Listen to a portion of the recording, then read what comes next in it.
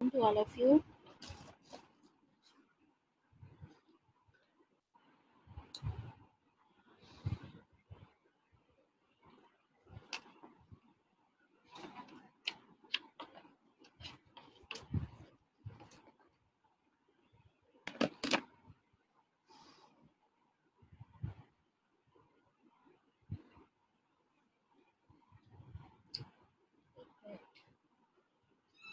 Let me find the जो pen tab नहीं मिल रहा है, एक minute. The pen tab.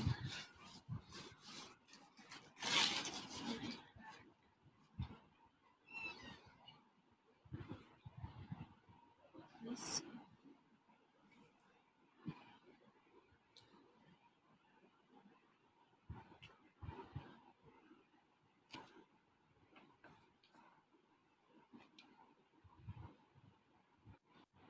Hi Shikha. Yes, I wanted to give you the group link ना. आप कौन से बैच की क्लास देख रही हैं शिखा?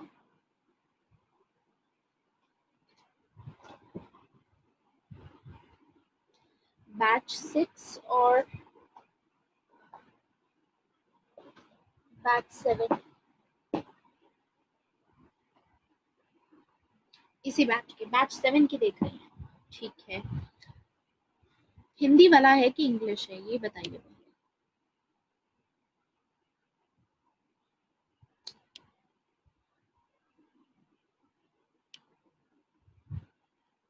Good afternoon Shubham. Hindi lectures हैं. ठीक है, ठीक है. No issues. रुकिए, मैं अभी आपको ऐड कर देती हूँ. बैच नंबर 7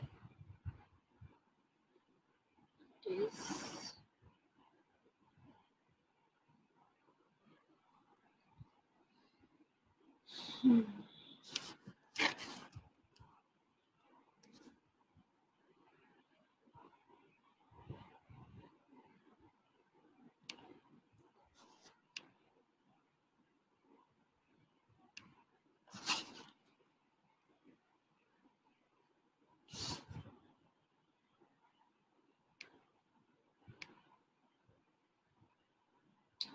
एक बार चेक कीजिए Shikha. I think I added you.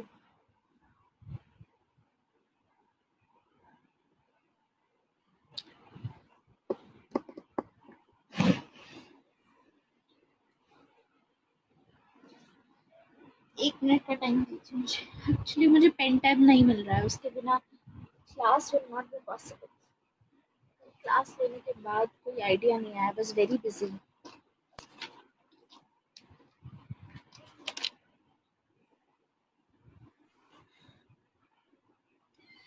Okay, no issues. मैंने आपको ऐड कर दिया है शिखा. ठीक है, तो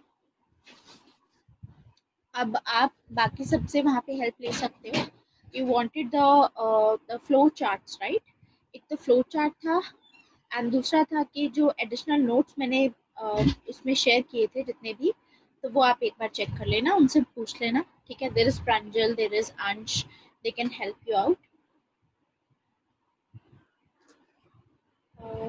एक मिनट दो मुझे ना. पेन टैब नहीं मिल रहा है. I don't know why. कहाँ पे रख दिया? तो I am just going to come. Okay, ये रहा. मिल रहा. ठीक है. तो आज का हमारा आइडियोलॉजीज हमने कहाँ तक कवर की थी? ऑलमोस्ट लिबरलिज्म खत्म होने वाला है एंड आज की पहले क्लास में हम डिस्कस करने वाले हैं लिबरलिज्म के बाद के जो टॉपिक्स हैं, जैसे मल्टीकल्चरलिज्म हम कवर करेंगे, वैल्यू प्लूरलिज्म देखेंगे, टॉलरेशन का आइडिया समझेंगे, एंड ऑफ हिस्ट्री डिबेट देखेंगे, एंड ऑफ आइडियोलॉजी डिबेट देखेंगे. ये सभी कुछ चीज़ें हैं जो समझेंगे. और what we can do is multiculturalism के बाद जिस हिसाब से आगे टॉपिक्स आते जाएंगे वैसे वैसे हम कवर करते जाएंगे. तो क्योंकि आज के क्लास का नाम है सोशलिज्म एंड मार्क्सिज्म, तो सोशलिज्म मार्क्सिज्म इसमें कवर कर लेंगे. Will see about that. Anyways, बाकी दूसरा हमारा आज का डाउट क्लियरिंग सेशन है, उसमें मल्टीकल्चरलिज्म और वो सब हम कवर करेंगे. जिन लोगों ने कल की क्लास नहीं देखी है वो समझ पाएंगे, ऐसा कुछ उसमें डिफिकल्टी नहीं है, क्योंकि मैं एक बार आपको थोड़ा बताऊंगी. कि इसमें हो क्या रहा था। तो I tell you a lot of things in that. हाँ, न्यू लिबरलिज्म के थिंकर्स के बारे में हमें देखना है, तो 2 मिनट दीजिए, स्टार्ट करते हैं इसको अभी।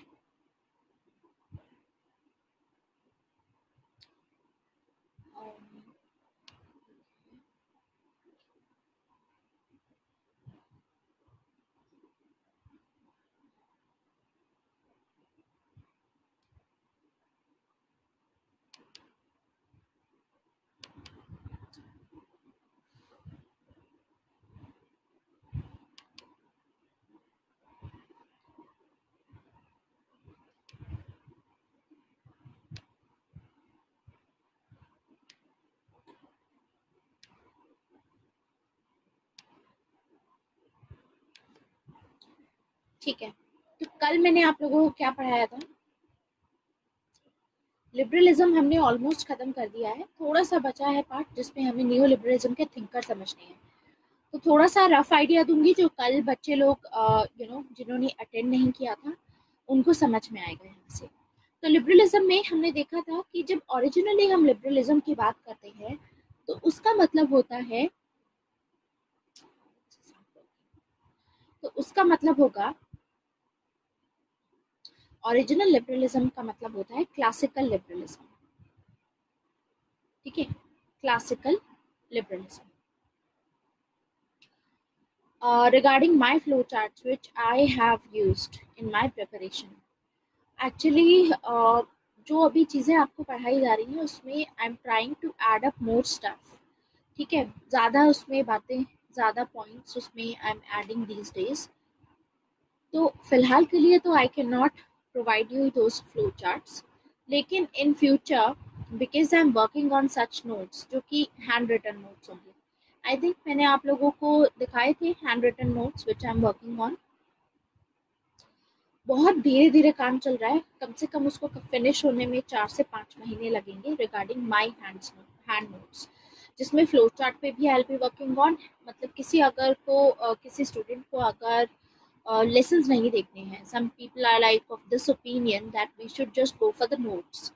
हालांकि आपको पता है कि लेसन्स देखना बहुत ज़रूरी है, बिकॉज बहुत सारे से आइडियाज़ होते हैं जिससे आप कनेक्ट नहीं कर पाते हो, राइट।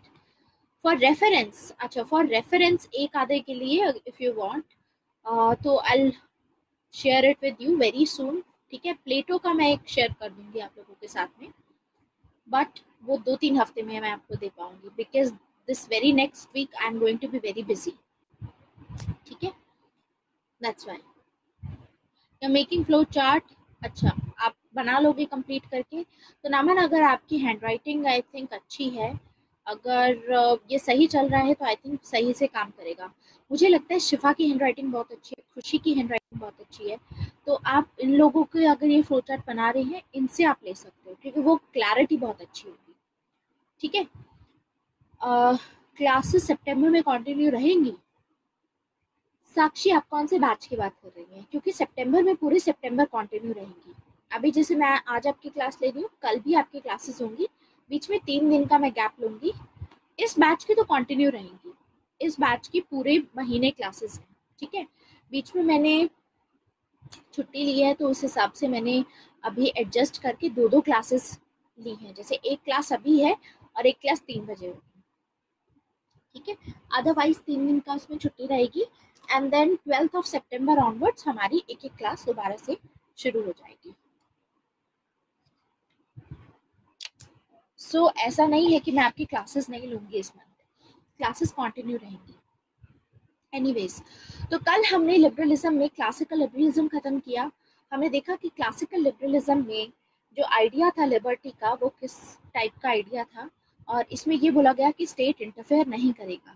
लेकिन क्योंकि स्टेट इंटरफेयर नहीं करेगा तो प्रॉब्लम्स इमर्ज हो रही थी, इसीलिए एक नए टाइप का लिबरलिज्म लाने की ज़रूरत थी। तो नया आइडिया आया जिसमें अब स्टेट प्रेजेंट रहेगा, जिसमें हमने हेरोल्ड लस्की के बारे में पढ़ा, जिसमें हमने टी.एच. ग्रीन को भी पढ़ा। इनकी स्टेटमेंट्स हमने देखी। इनके जो स्टेटमेंट्स हैं बहुत इंपॉर्टेंट है बिकॉज अपनी स्टेटमेंट से ये मॉडर्न लिबरलिज्म यानी पॉजिटिव लिबरलिज्म के आइडिया को एस्टैब्लिश कर रहे हैं। अब यहाँ पर भी कुछ प्रॉब्लम्स होंगी कि स्टेट ही सारी चीज संभालेगा, तो इससे स्टेट का जो फिस्कल डेफिसिट है वो बहुत हाई हो जाएगा, उस पर लोन बहुत ज्यादा चढ़ जाएगा, क्योंकि आप पैसा उठा रहे हो मार्केट से और वेलफेयर स्कीम में लगा रहे हो, दैट्स वाई। तो ये सारा जो पैसा उठाया जाएगा, इसकी वजह से फिस्कल डेफिसिट हाई होगा, तो अल्टीमेटली फिर इकोनॉमी में प्रॉब्लम आनी शुरू हो जाएगी। तो उस टाइम पे फिर से डिसाइड किया जाएगा कुछ और चीज लाने की जरूरत है, और नई चीज क्या आएगी कि वापस से पुराने मेथड्स पे जाओ। लेकिन पहले क्या होता था कि स्टेट एटलीस्ट मिनिमल रहता था, ठीक है, स्टेट कोई पॉलिसी चला सकता था। यहाँ पर बात की गई कि स्टेट को तो बिल्कुल इंक्लूड मत करो, सब चीजें मार्केट पे छोड़ दो, मार्केट अपने आप सोल्यूशन निकालेगी पॉवर्टी लेवल्स का, ठीक है, जो भी एक्सप्लॉयटेशन हो रही है या जितना भी कुछ हो रहा है, मार्केट अपने आप सोल्यूशन निकालेगी। तो नियो लिबरलिज्म में हम डिस्कस कर रहे थे कि बहुत सारे ऐसे थिंकर्स हैं जो नियो लिबरल हैं और जिनके आइडियाज यही हैं कि सब कुछ मार्केट पे छोड़ देना चाहिए और market will find a solution to everything. There is no need of state interference in this matter. So अलग अलग हमको स्कॉलर्स दिखेंगे। तो इतना समझ में आया पॉजिटिव लिबरलिज्म तक। नियो लिबरलिज्म के अभी थिंकर्स हमने कवर करने बाकी हैं, तो अभी हम वो कवर करते हैं एक एक करके। नियो लिबरलिज्म का आइडिया है कि स्टेट जो इंटरफेयर कर रहा था इतना, उसको वापस भेज दो, ठीक है। Yes, classical liberalism means minimal interference of state. Neoliberalism is zero interference and everything is left to market. So remember that neoliberalism का मतलब है market fundamentalism, मतलब मार्केट को भगवान की जगह दे दो, कि मार्केट के ऊपर सब छोड़ोगे तो मार्केट भगवान की तरह है कि सबका भला होगा इससे। तो ये जो आइडियाज हैं यूके में मार्गरेट थैचर सबसे पहले प्रपोज करेंगी, उसके बाद रोनाल्ड रेगन यूएसए में प्रपोज करेंगे और आगे जाकर के हमें 1991 में देखने को मिलेगा दैट इंडिया भी एलपीजी रिफॉर्म्स इंट्रोड्यूस करेगा और अपनी इकोनॉमी को ओपन करेगा, एफडीआई का प्रमोशन होगा, पीएसयू डिसइन्वेस्टमेंट स्टार्ट होगा, ये सभी बातें होंगी, ठीक है। अब आते हैं स्कॉलर्स पे। हम स्कॉलर्स पे डिस्कस करना चाह रहे थे, कल मैंने ज़्यादा डिटेल में इसलिए डिस्कस नहीं किया था बिकॉज आई वांट कि बाकी सब स्टूडेंट्स भी साथ में रहें यहाँ पर, अगर उनको कोई दिक्कत आती है। तो सबसे पहले स्कॉलर थे हायेक। अब हायेक हैं, ये वो इंसान थे जिन्होंने ये आइडिया दिया था मार्केट फंडामेंटलिज्म का, कि चीजें जो हैं वो मार्केट पे छोड़ देनी चाहिए। तो इनके काम से इन्फ्लुएंस होकर के ही मार्गरेट थैचर होंगी जो प्रपोज करेंगी ये आइडिया यूनाइटेड किंगडम में, ठीक है। एंड इन्होंने क्या बोला, इनका कहना था कि जो सोसाइटी के लिए, जस्टिस के लिए जो भी आप काम करते हो, सोशल जस्टिस के लिए, पहले क्या हो रहा था, वर्कर्स डिमांड कर रहे थे कि हमारा एक्सप्लॉयटेशन हो रहा है, तो इसके चलते वेलफेयर स्टेट का कॉन्सेप्ट आया। वेलफेयर स्टेट में हमने देखा कि जो वेलफेयर स्टेट था सारा पैसा इकोनॉमी में से ले लेता था, तो कितना भी आप उनका भला कर दो कभी पूरा नहीं हो पाएगा। तो यही कहना है हायेक का। हायेक ने बोला कि social justice is a mirage. Mirage क्या होता है? मिराज एक ऐसा फिनोमेना होता है जिसमें आपको लगता है कि आप मान लो डेजर्ट में चल रहे हो, तो आपको ये लगता है कि पानी का जो सोर्स है बहुत पास में है, जितना पास जाते हो फिर वो उतना ही दूर पहुंचता जाता है। तो इट इज एन इल्यूजन, ठीक है, इल्यूजन होता है, छलावा होता है एक टाइप का, ठीक है। आपको लगता है कि वो वहां पर है पर वो है नहीं। सिमिलरली सोशल जस्टिस जो आपको लगता है, सोशल जस्टिस मिराज की तरह है, एक छलावे की तरह है, अनअचीवेबल है।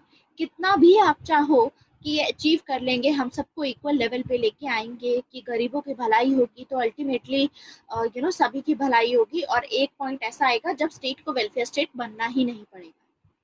तो ये अनअचीवेबल है, ये पोजीशन, ये छलावा है एक टाइप का। तो इनका बोलना था कि जस्टिस अगर लाना है तो justice is the virtue of person, मतलब एक इंसान जस्टिस ला सकता है अपने साथ या दूसरों के साथ, स्टेट जस्टिस नहीं ला सकता।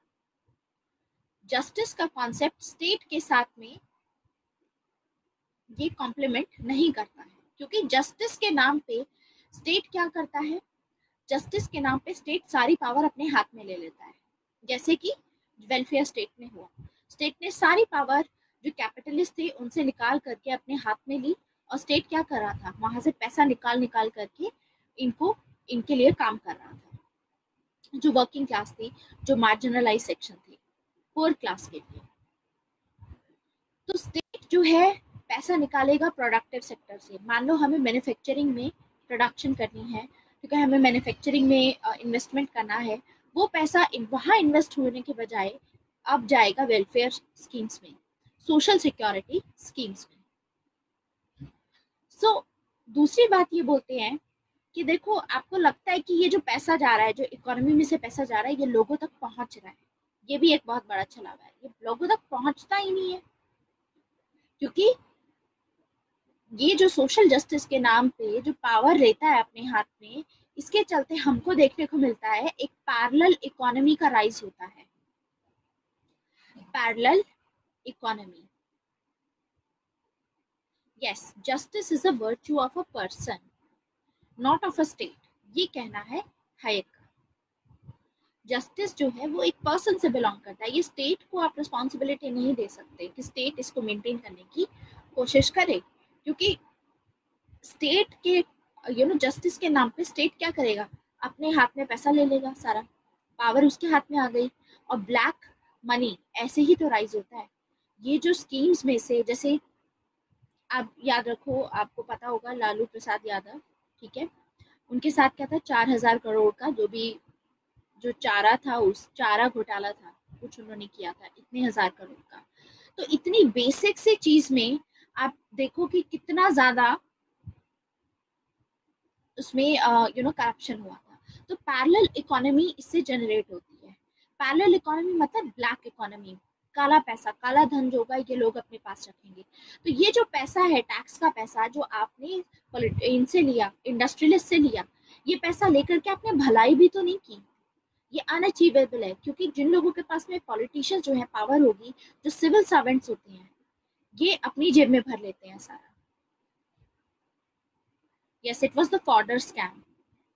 फॉर्डर स्कैम में भी यही हुआ था। एक बेसिक चारे में तो क्या ही स्कैम हो सकता है, कोई सोचेगा, लेकिन अल्टीमेटली ऑलमोस्ट 4,000 करोड़ का ये पूरा स्कैम हुआ था।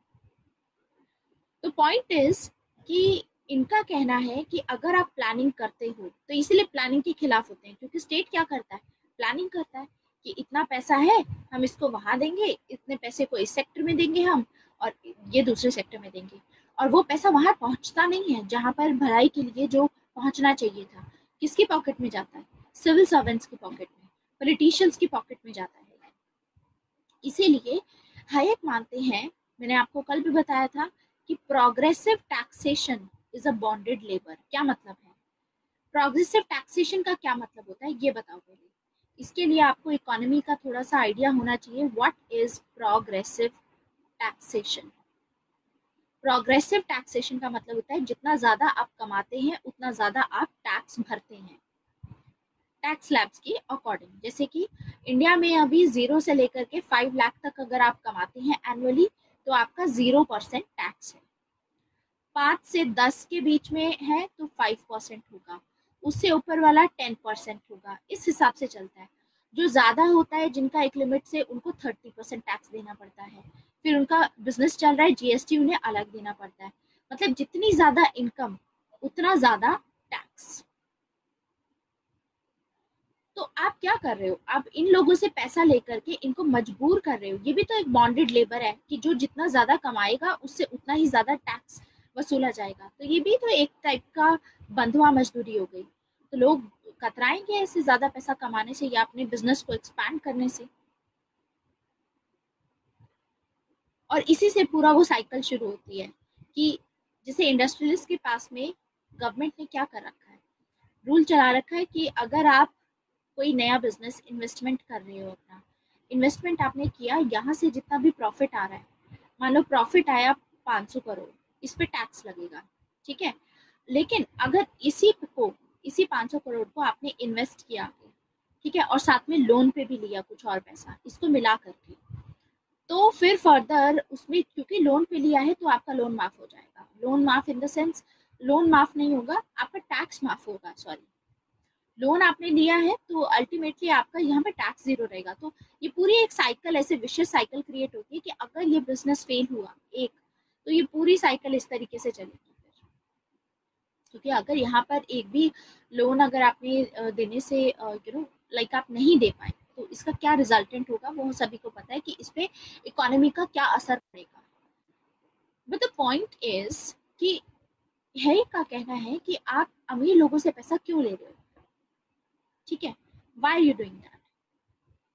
स्टेट को जस्टिस नहीं प्रोवाइड करना चाहिए, स्टेट को चैरिटी को प्रमोट करना चाहिए कि जो लोग अमीर हैं, जो लोग ज्यादा पैसा कमा रहे हैं, अपने मुताबिक जितना चैरिटी में देना चाहते हैं लोगों के वेलफेयर के लिए वो दे सकते हैं। क्यों? क्योंकि हाइक का कहना है कि कोई अगर पुअर है, CSR में आप दे सकते हो, कॉर्पोरेट सोशल रिस्पॉन्सिबिलिटी, CSR के अंडर में जो इंडस्ट्रीज होती हैं अपना पैसा उसमें डालती हैं कुछ परसेंट और उस पर टैक्सेशन नहीं होता है, फिर उतना टैक्स माफ होता है, इस टाइप से होता है।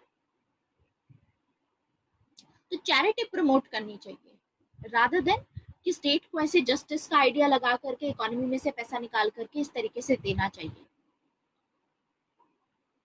क्योंकि हायक का कहना है कि अगर कोई गरीब है तो इस वजह से गरीब नहीं है कि कोई और अमीर है इस वजह से दूसरा गरीब है।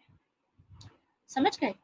आप किसी की गरीबी के लिए किसी रिच इंसान को ब्लेम नहीं कर सकते, क्योंकि रिच इंसान ने बहुत मेहनत की है, हार्डवर्क किया है, तभी उसका इतना राइज हुआ है। और कोई गरीब है तो वो अपनी क्वालिटी की वजह से भी तो हो सकता है, लेजी हो गया, समथिंग लाइक दैट। लेकिन क्योंकि poverty is a bad luck, किसी को भी आ सकती है पॉवर्टी, इसीलिए अगर आपको पॉवर्टी को रिमूव करना है तो आप इनको फोर्स मत करो, चैरिटी में प्रमोट कर सकते हो। पॉवर्टी हटानी है दूसरे की तो चैरिटी प्रमोट कर दो।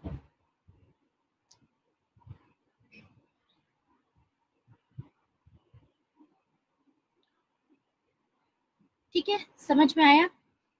People are individualistic and would not give charity. Now this is a very good question. ये भी चीज मैंने बताई थी शिफा, आप खुद सोचिए। जैसे सपोज आपकी इंडस्ट्रीज हैं, ठीक है, अब आपके पास में है 5 लाख करोड़ रुपीस सपोज, ठीक है, आपको अब क्या चाहिए, बहुत सारे वर्कर्स हैं, ये सभी वर्कर्स मतलब let's say in this country there are 10 people, one of them is you and 9 of them are workers, ठीक है, उनमें से एक आपका मैनेजर है मान लीजिए जो सब कुछ संभालता है। नाउ इन दिस केस कोई भी सिचुएशन हो, you are the rich one, बाकी सब वर्किंग क्लास में आएंगे। तो अब ये लोग अगर प्रोटेस्ट करते हैं, आपको पता है कि इनका एक्सप्लॉयटेशन हो रहा है या इनको मान लो इन सभी का बैड लक खराब है, इनका सभी का लक खराब है, बैड लक है इनका, ठीक है। अब इन लोगों ने मान लो जितना कमाया उतना पैसा किसी बैंक में डाला और वो बैंक फ्रॉड हो गया, तो poverty is a bad luck, ठीक है। ऐसा तो नहीं है कि गरीबी जानबूझ के या इस तरीके से आती है, इट्स अ बैड लक। तो हमें दिखता है कि इन्होंने कुछ गलत स्टेप उठाया भी नहीं, देवर हार्ड वर्किंग ओनली, लेकिन उसके बावजूद ये सब हुआ। अब इनको पैसा चाहिए अपनी परचेजिंग पावर के लिए अल्टीमेटली, एंड स्टेबिलिटी होनी चाहिए, ठीक है, स्टेबिलिटी बहुत इंपॉर्टेंट होती है। लेकिन ये लोग प्रोटेस्ट करेंगे, मान लो ये प्रोटेस्ट भी नहीं कर रहे, ये ऑब्वियसली ये मानते हैं कि इनके डिसीजन की वजह से इनकी गरीबी आई कि इन्होंने उस बैंक में डाला, इनको नहीं डालना चाहिए था। तो अल्टीमेटली इनके पास में पैसा नहीं है, तो जो भी प्रोडक्ट्स आपकी कंपनी बना रही है, क्या ये लोग खरीद पाएंगे? वो प्रोडक्ट्स नहीं खरीद पाएंगे, नहीं खरीद पाएंगे ये प्रोडक्ट्स। तो अल्टीमेटली इससे नुकसान किसका? आपका खुद का नुकसान। और मान लो अगर ये प्रोटेस्ट कर भी रहे हैं तो इस मामले में इंस्टेबिलिटी आएगी, आपकी कंट्री में इंस्टेबिलिटी आएगी, तो आपका खुद का बिजनेस नहीं चलेगा। तो यानी लोग इतने इंडिविजुअलिस्टिक होते हैं तो वो चैरिटी करेंगे टू मेक श्योर कि स्टेबिलिटी रहे वहां पर, तभी तो आपका बिजनेस आगे ग्रो करेगा। इसीलिए आज के टाइम पे भी आप देखोगे जो इंडस्ट्रीज होती हैं, बड़े बड़े इंडस्ट्रियल हाउसेज होते हैं, ये लोग चैरिटी में बहुत कुछ करते हैं। अंडरस्टूड? Any doubt?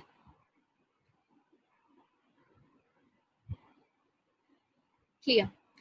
सो इनका कहना है कि फ्रीडम जो होता है उसमें freedom is in simple terms, अगर हम देखें कि आप किसी को फोर्स मत करो। तो यानी स्टेट को मार्केट में इंटरवीन नहीं करना चाहिए। ये जो स्टेट प्लानिंग करता है ना, जैसे प्लानिंग कमीशन था पहले इंडिया में, तो आपने कुछ प्लान किया कि अगले 5 सालों में हम ये करेंगे, तो क्या वो फुलफिल हो सकता है अगले 5 सालों में? हो सकता है हो जाए, हो सकता है नहीं भी हो। लेकिन पॉइंट इज है का कहना है कि अगर आप प्लानिंग करते हो तो प्लानिंग हमेशा फेल हो जाती है, क्योंकि चाहे कितना भी एक्सपर्ट प्लानर हो, आप सभी फैक्टर्स को एनालाइज करके एक ऐसा डिसीजन नहीं ले सकते जो कि कभी फेल नहीं होगा। कोई ना कोई पॉसिबिलिटी लगी रहती है उस प्लान को फेल होने में। तो ये क्या करते हैं, स्टेट को कंपेयर करते हैं मार्केट के साथ में, कि मार्केट इस तरीके से काम कर सकता है कि मार्केट में मिलियंस ऑफ मैसेजेस एक ही बार में आपस में इंटरसेप्ट करते हैं। इतनी कैपेसिटी होती है मार्केट में। मार्केट में एक कोई भी कम्युनिकेशन आपको करना है वो बहुत तेजी से जाता है मार्केट में। तो इसीलिए उसके बेसिस पे इनका कहना है कि प्लानिंग कभी नहीं करनी चाहिए। तो जो स्टेट प्लानिंग कर रहा था कि इस साल हम इतना पैसा वहां देंगे, महिलाओं की विकास में देंगे, या इतना पैसा हम उसमें देंगे, लाइक फार्मर्स के जितने लोन हैं, तो इससे ग्रोथ तो कुछ नहीं हुई। तो आप अमीर लोगों को फोर्स मत करो कि वो टैक्सेस भरें, रादर आपको चैरिटी को प्रमोट करना चाहिए। समझ में आया?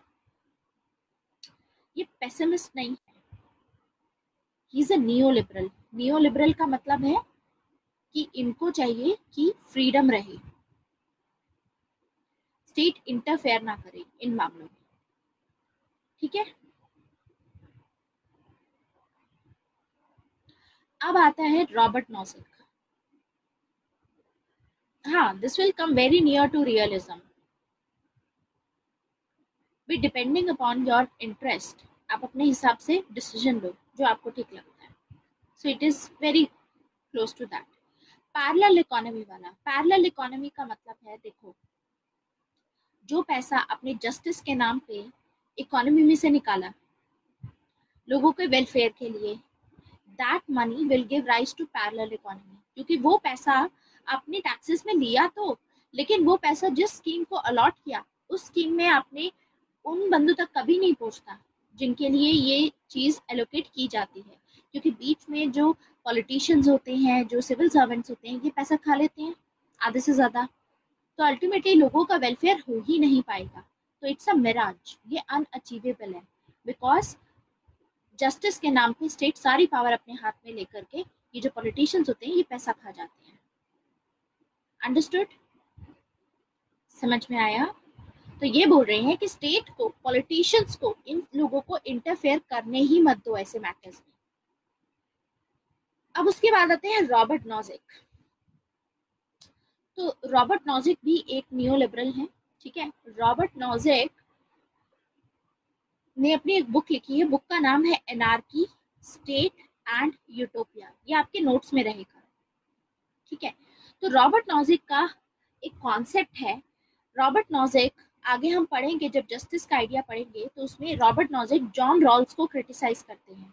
जॉन रॉल्स जिन्होंने जस्टिस का आइडिया दिया, इनका टॉपिक हमेशा हर साल पेपर में आ रहा है, पिछले कुछ 5-6 सालों से लगातार आ रहा है, इन 15 मार्क्स और इन 20 मार्क्स।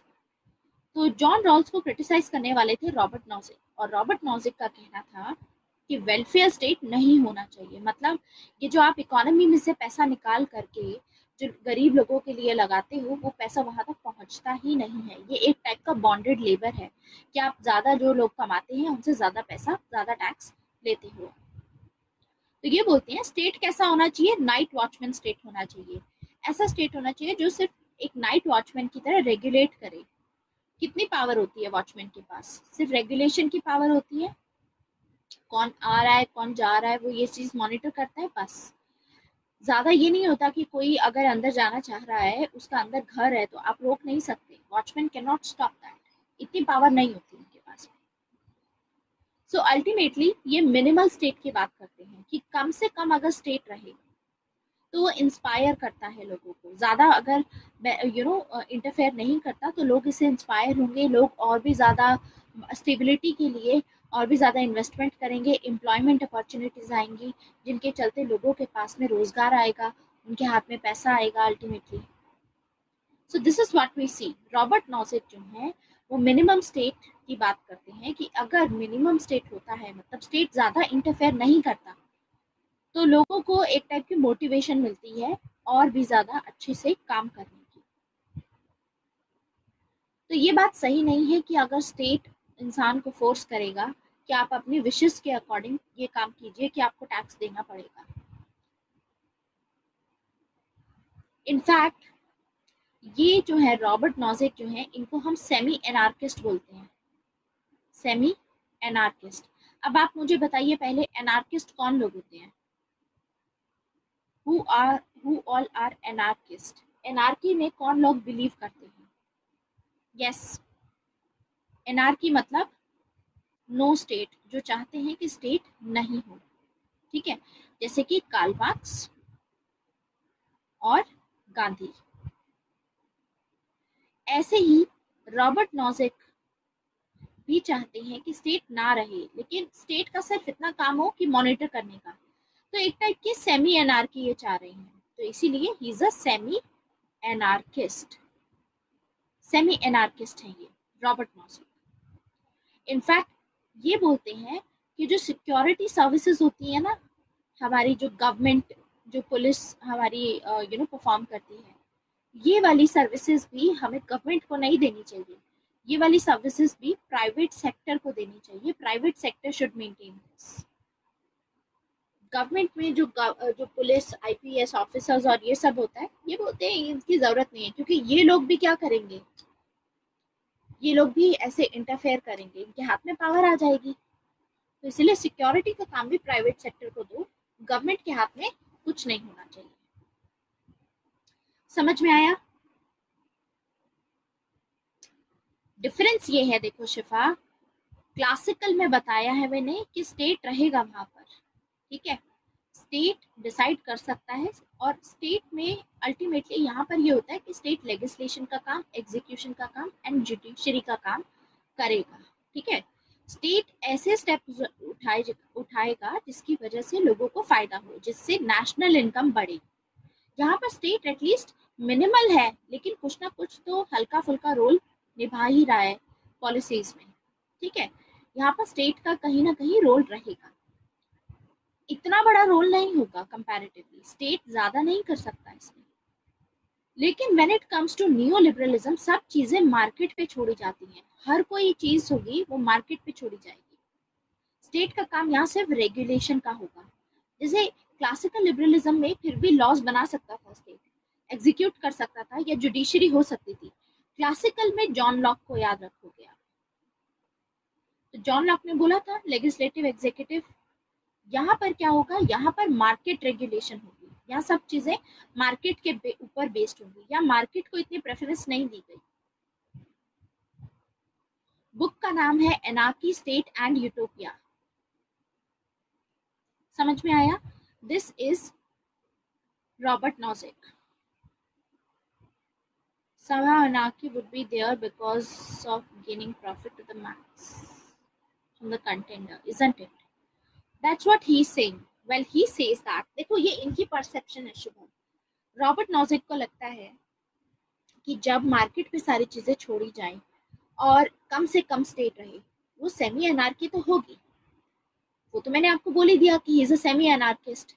लेकिन पॉइंट इज यहाँ पर प्रॉफिट हो रहा है, एट द सेम टाइम ये लोग इस चीज को मेंटेन करके रखेंगे कि जो बिजनेस हाउसेज होते हैं उनको स्टेबिलिटी चाहिए होती है टू ग्रो। आए समझ में? स्टेबिलिटी के लिए तो वो लोग जरूर करेंगे ना ये काम। अपलिफ्टमेंट ऑफ पुअर मार्केट की वजह से होगा, ट्रिकल डाउन इफेक्ट की वजह से।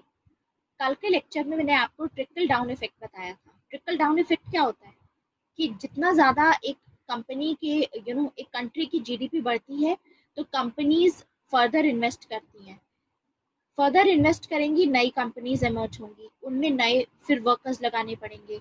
वर्कर्स लगाओगे आप तो वर्कर्स की पेमेंट भी अच्छी होगी, उनकी जॉब में जो भी उनका रहता है उनकी सैलरी अच्छी होगी, परचेजिंग पावर होगी उनके हाथ में, वो खरीदेंगे तो प्रोडक्ट और बिकेगा, प्रोडक्ट और बिकेगा, प्रॉफिट मार्जिन और बढ़ेगा इनका। इस तरीके से अगर प्रॉफिट ज़्यादा बढ़ेगा तो अल्टीमेटली बोनसेस भी देंगे ये कंपनी, क्योंकि ये भी स्टेबिलिटी मेंटेन करके।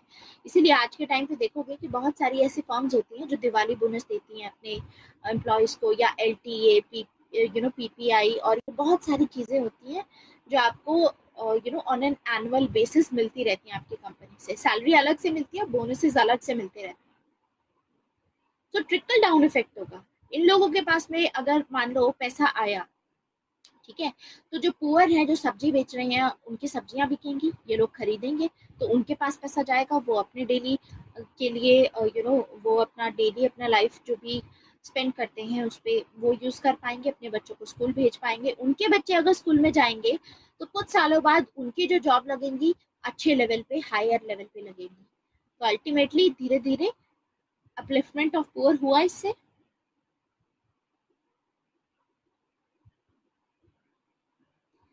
Economic marginalisation, that's what I am telling you कि this is what will happen. अब ये इनका व्यू है रिगार्डिंग दैट कि नहीं नहीं इसकी वजह से ये भी हो सकता है, लेकिन ये बोल रहे हैं कि मेरे व्यू के हिसाब से ट्रिकल डाउन इफेक्ट होगा। हमें रियलिटी पता है कि उसके बावजूद स्टेट को इस तरीके से प्रेजेंट रहना जरूरी है। तो बहुत सारे ऐसे स्कॉलर्स हैं, जैसे अमर्त्य सेन आएंगे आगे, जो इस चीज को नकारेंगे, और अमर्त्य सेन बोलेंगे कि नहीं, स्टेट को प्रेजेंट होना चाहिए, स्टेट को इनको कुछ ना कुछ हेल्प करनी चाहिए मार्जिनलाइज सेक्शन की। तो वो उनका अपना व्यू हो गया, ठीक है, इनके मुताबिक ये है। तो आप इनको काउंटर कर सकते हैं, इनको काउंटर करने वाले आगे स्कॉलर्स भी हम देखेंगे। अब नेक्स्ट आते हैं मिल्टन फ्रीडमैन। अब मिल्टन फ्रीडमैन ने बुक लिखी है capitalism and freedom. First let me erase this. Milton Friedman की बुक का नाम है कैपिटलिज्म एंड फ्रीडम। इस बुक में ये क्या बोलते हैं मिल्टन फ्रीडमैन मिल्टन फ्रीडमैन का कहना है कि ऐसा नहीं है कि सिर्फ market, you should be having this freedom for market, कि मार्केट को इतना फ्रीडम दो अपने हिसाब से चलने का, अपने हिसाब से डिसीजंस लेने का, इकोनॉमी को अपने हिसाब से चलाने का, या जो भी आपका इंटरेस्ट रेट होता है वो मार्केट बेस्ड होना चाहिए, जो भी करेंसी रेट होता है, जो करेंसी एक्सचेंज रेट होता है वो मार्केट ओरिएंटेड होना चाहिए। ये तो होना ही चाहिए, लेकिन साथ में ये बोलते हैं, ये एम्फसाइज करते हैं कि मार्केट बहुत इंपॉर्टेंट होती है अगर आपको अपना फ्रीडम भी चाहिए तो। खुद सोचिए, आज हम सभी, क्योंकि मार्केट अवेलेबल है, हमारी जो इकोनॉमी है ओपन इकोनॉमी है, ओपन की वजह से बहुत सारे प्रोडक्ट्स हैं मार्केट में, USA की भी है, यूरोप की भी है, जहाँ के इंडिया के भी प्रोडक्ट्स हैं, जहाँ के पॉसिबल हो सकते हैं वो सभी प्रोडक्ट्स। आप किसी बड़े आउटलेट पे जाते हो, लेट्स से दैट वॉलमार्ट और इन सभी में जाते हो, तो आपको सभी कंट्रीज के प्रोडक्ट्स, ठीक है, जो इम्पोर्ट हो रखे होंगे वो सभी आपको देखने को मिलते हैं। तो अब आपके पास में चॉइस रहती है। तो मार्केट कितनी इंपॉर्टेंट है हम लोगों के लिए, क्योंकि मार्केट ही हमें वो एक बेस प्रोवाइड करती है जहाँ पर हम अपना फ्रीडम एक्सरसाइज कर सकते हैं, जहाँ पर हम अपनी मर्जी मुताबिक चीज़ों को, गुड्स को खरीद सकते हैं। वरना खुद सोचिए, अगर मार्केट नहीं होगी, अगर आप ओपन नहीं करते हो अपनी कंट्री को, तो जो मोनोपोली हो सकती है, ऐसे में एक कंट्री में मार्केट नहीं होगी तो एक ही कंपनी वो गुड्स आपको सेल करेगी। अब ये उस कंपनी पे डिपेंड करता है कि वो गुड्स आपको कितने में देगी। मान लो 10 रुपए में चीज बनाई हुई है, लेकिन आपको 1000 रुपए में दे रहे हैं, क्योंकि कंट्री की, उसकी कंपनी की मोनोपोली हो गई। तो मार्केट में ये रहता है कि अगर एक कंपनी वही प्रोडक्ट हमें 1000 रुपए का दे रही है, दूसरी कंपनीज होंगी जिन्होंने 10 रुपए में बनाया होगा, वो हमें 50 रुपए में दे देंगी। उनका प्रॉफिट है, लेकिन हमारे पास तो आया ना फ्रीडम चूज करने का इन सभी प्रोडक्ट में से। तो मिल्टन फ्रीडमैन का भी यही कहना है कि मार्केट फ्री होना चाहिए, market is very essential for freedom. तो यानी मिल्टन फ्रीडमैन कैपिटलिज्म को प्रमोट करते हैं और ये बोलते हैं कि कैपिटलिज्म बहुत इंपॉर्टेंट है अगर मैन को अपनी लिबर्टी एंजॉय करनी है, क्योंकि कैपिटलिज्म एक ऐसी प्री कंडीशन है। अगर आपको लिबर्टी सच में अपनी एंजॉय करनी है तो आपको कैपिटलिज्म के अंडर में ही करनी होगी, वही कर सकते हो, क्योंकि वो मोनोपोली के चांसेस को कम कर देता है कैपिटलिज्म। इसीलिए ये बोलते हैं कि freedom is not needed bye market, rather market is needed for freedom. आपको फ्रीडम की अगर जरूरत है तो उसके लिए आपको मार्केट की जरूरत है, मार्केट को जरूरत नहीं है फ्री करने के लिए। ये उल्टा है कि आपको मार्केट की जरूरत है तभी आप अपना फ्रीडम एक्सरसाइज कर पाओगे। जैसे कि बहुत सारी ऐसी कंट्रीज हैं जहां पर कैपिटलिज्म एग्जिस्ट नहीं कर सकता। आपको पता ही है, चाइना जैसी कंट्रीज होगी, वहां पर लोगों के पास में बहुत कम स्कोप होता है फ्रीडम एंजॉय करने का।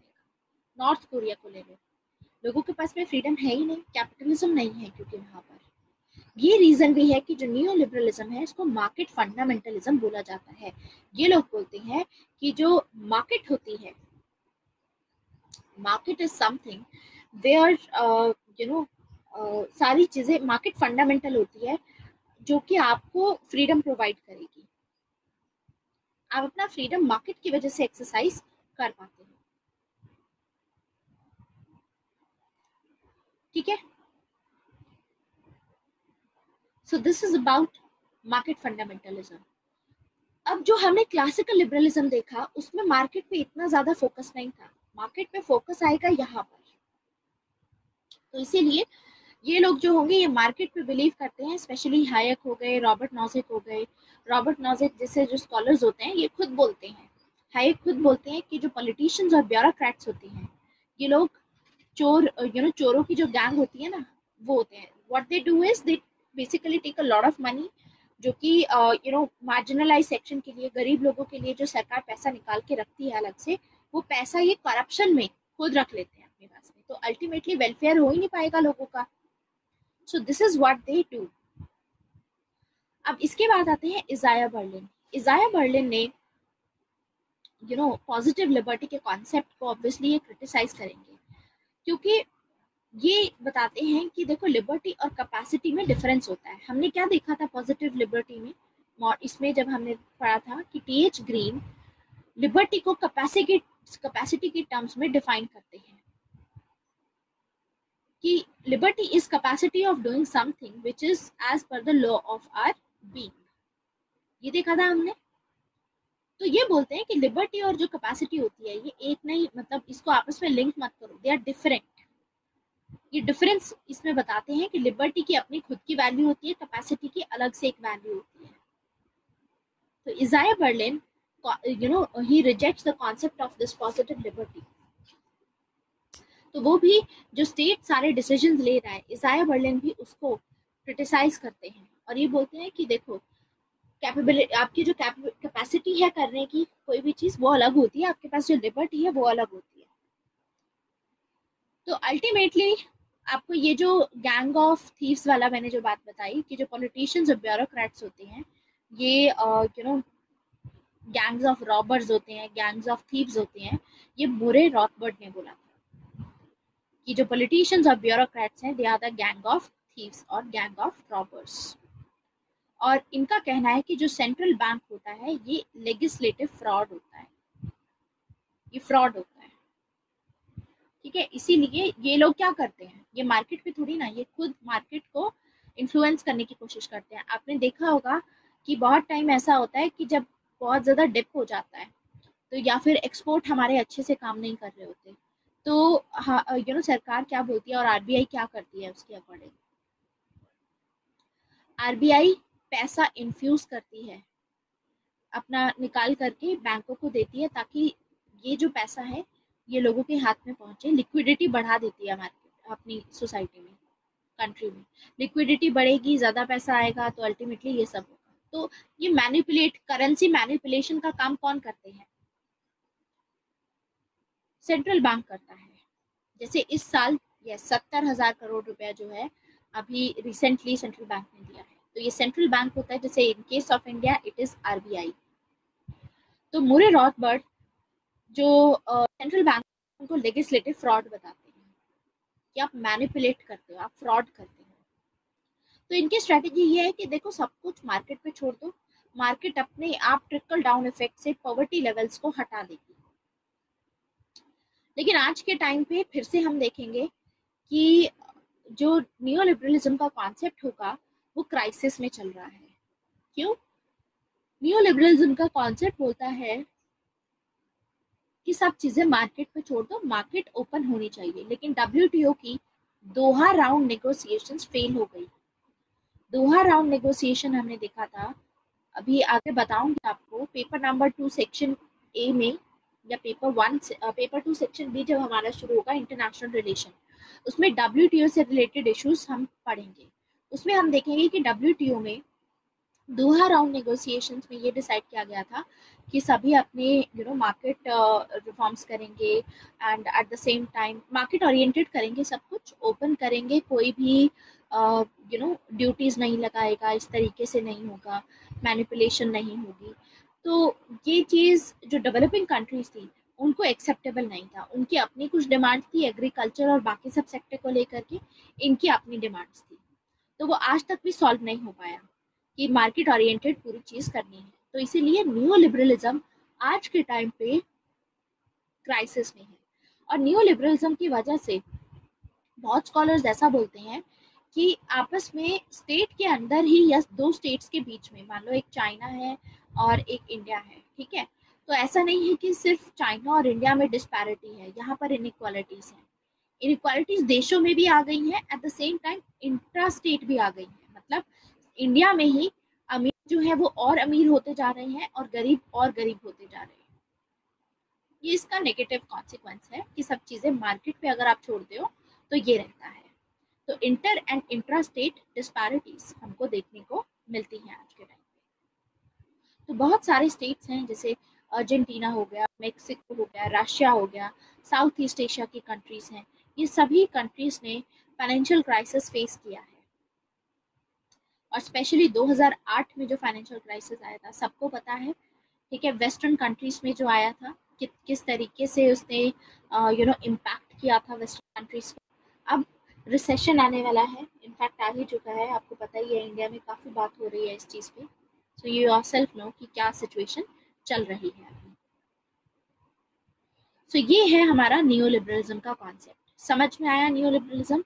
इसमें एक एक आइडिया आपको पता होना चाहिए। हाइक को प्लानिंग के साथ जस्ट मिराज है, पैरेलल इकोनॉमी जाती है, प्रोग्रेसिव टैक्सेशन का पॉइंट याद रखेंगे, रॉबर्ट नॉजिक बहुत इंपॉर्टेंट है, रॉबर्ट नॉजिक को याद रखेंगे, मिल्टन फ्रीडमैन जो मार्केट के बारे में क्या बोलते हैं वो याद रखना है, इजाया बर्लिन का लिबर्टी और कैपेसिटी का क्या डिफरेंस है। देखो ये लिबर्टी और कैपेसिटी को डिफरेंशिएट करते हैं। लिबर्टी और कैपेसिटी को हमने वैसे भी थॉमस हॉब्स में ऑलरेडी देखा था कि किस तरीके से डिफरेंस होता है। लिबर्टी क्या होती है और कैपेसिटी क्या होती है। आपके पास में लिबर्टी है, आपको लिबर्टी दे दी कि आप कहीं पे भी जा सकते हो, लेकिन अगर आप सिक हो, you are on a wheelchair, तो can you go anywhere without anyone helps, without the help of anyone? Obviously you cannot. So in that situation, जब मान लो आपको लिबर्टी दे दी सरकार ने, आप अपने मुताबिक कहीं भी जा सकते हो, लेकिन आप क्योंकि बीमार हो तो आप नहीं जा पाओगे।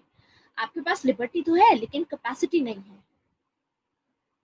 सिमिलरली अगर मान लो आपके पास में कैपेसिटी है करने की, लेकिन आपको अगर लिबर्टी नहीं प्रोवाइड की है तो फिर वो काम नहीं हो पाएगा। जैसे हमने एग्जाम्पल देखा था, एक व्हील चेयर वाला एग्जाम्पल था इसमें, और एक एग्जाम्पल था वाटर बॉटल वाला। बॉटल में ये बताया था कि देखो पानी के अंदर जो होता है ना, पानी पे कैपेसिटी होती है फ्रीली फ्लो करने की, अपने मुताबिक कैसे भी फ्लो कर सकता है पानी, लेकिन क्योंकि ये जो वॉल्स हैं बॉटल की ये रोक रही हैं पानी की लिबर्टी को, यानी पानी के पास में लिबर्टी नहीं है, तो उस हिसाब से बोलते हैं कि कैपेसिटी जो होती है वो डिफरेंट होती है और लिबर्टी डिफरेंट होती है, ठीक है। तो उसके बेसिस पे ये बोला जाता है, जैसे इजाया बर्लिन ने बोला कि कैपेसिटी डिफरेंट होती है और लिबर्टी डिफरेंट होती है, का मतलब है कि अगर आप कैपेसिटी प्रोवाइड भी करते हो, अभी क्या हो रहा था, लोगों को लिबर्टी प्रोवाइड कर रहा था पहले वेलफेयर स्टेट, कैसे प्रोवाइड कर रहा था, सोशल सिक्योरिटी स्कीम से, राइट, स्कीम्स अप्लाई करके इनकी कैपेसिटी बढ़ा रहा था। इनका कहना है कि ये कैपेसिटी बढ़ाना जो बात यहाँ पे की जा रही है, इनकी लिबर्टी को एनहांस करने के लिए, वो चीज लिबर्टी से अलग है, आप एनहांस नहीं कर रहे हो वहां पर। ये पैसा इनके पहुंचेगा ही नहीं इन लोगों के पास में। Capacity is different. अगर ये कैपेसिटी नहीं भी दो आप, अगर स्टेट नहीं भी प्रोवाइड करता मान लो, तो भी इन लोगों के पास में कैपेसिटी थी, लेकिन इट इज देयर चॉइस कि they are not doing something. समझे? एक गरीब आदमी है, ठीक है, और एक अमीर आदमी है। This is a poor person, this is a rich person. दोनों के पास में कैपेसिटी है कि वो अगर काम करे दिन रात, ठीक है, दोनों एक ही पॉइंट पे शुरू हुए हैं। दिस इज पर्सन 1, पर्सन 2, दोनों के पास में इक्वल कैपेसिटी है काम करने की। दोनों ने अच्छे से काम किया, लेकिन this person 2 will become rich and this person, capacity इनके पास में भी थी, लिबर्टी इनके पास में भी थी, लेकिन इन्होंने अपनी लिबर्टी को कैसे यूज किया? इन्होंने ज्यादा मेहनत की नहीं। तो कैपेसिटीज दोनों के पास में थी, लेकिन आपने कैसे यूज किया उसको, वो डिपेंड करता है। तो उसके लिए आप सामने वाले को ब्लेम नहीं कर सकते। Ultimately this is the meaning कि हर एक वैल्यू जो होती है, इजाया बर्लिन का भी वैल्यू प्लूरलिज्म का एक कॉन्सेप्ट हम समझेंगे, जिसमें ये बोलते हैं कि हर एक वैल्यू के अपने कुछ अलग से मीनिंग होते हैं। तो कैपेसिटी अलग होती है, लिबर्टी अलग होती है, इक्वालिटी अलग होती है। ऐसे तो फिर आप बोल रहे हो कि लिबर्टी और कैपेसिटी सेम होती है, तो यानी लिबर्टी और इक्वालिटी भी सेम होगी। ऐसा नहीं है। हर एक वैल्यू की अपनी एक इंट्रिंसिक मीनिंग होता है उसका अलग से, तो आप उसको ऐसे इक्वेट नहीं कर सकते। तो इसके बेसिस पे कैपेसिटी सबके पास में थी, लेकिन फिर भी किसी ने इस तरीके से डिसीजन नहीं लिया, and that is why that person is turning out to be poor. इसीलिए सामने वाला गरीब है, और जिसने अपनी कैपेसिटी का यूटिलाइजेशन किया वो इंसान अमीर है। तो हर एक वैल्यू की इम्पोर्टेंस है, वैल्यू अलग होती है। तो ये जो कैपेसिटी का आपने चक्कर डाल करके ये बोला कि स्टेट हेल्प करना चाहिए, इसमें कैपेसिटी एनहांस करनी, कैपेसिटी प्रोवाइड करनी चाहिए, कैपेसिटी बिल्डिंग करनी चाहिए स्टेट को, that is not acceptable. Yes, drunken in the gutter is where he ought to be. ये सेम आइडिया वहीं से लगेगा कि अगर क्लासिकल लिबरलिज्म क्योंकि क्लोज आता है, हमने समनर का आइडिया देखा था कि अगर कोई इंसान गटर में पड़ा है तो वो अपने डिसीजंस की वजह से पड़ा है, राइट? आप अब दो इंसान है मान लीजिए, दोनों ही गरीब हैं, लेकिन उनमें से एक गरीब आदमी फिर से कोशिश करेगा मेहनत करने की, तो वो तो गटर में नहीं पड़ा हुआ। लेकिन दूसरा इंसान जिसके साथ भी बुरा हुआ है, लेकिन ही विल ड्रिंक, तो फिर वो गटर में पड़ा होगा, तो वो अपने खुद के डिसीजंस की वजह से पड़ा है। सो अल्टीमेटली अगर आप पुअर भी हो तो आपके पास कैपेसिटी होती है, आप उसको कैसे यूटिलाइजेशन करते हो वो आपके ऊपर है। तो आप ये नहीं बोल सकते जैसे कि लास्की ने बोला, टीएच ग्रीन ने बोला कि कैपेसिटी बढ़ानी चाहिए स्टेट को। दोनों अलग बातें हैं। आया समझ? कोई डाउट है इसमें, पूछ सकते हो आप।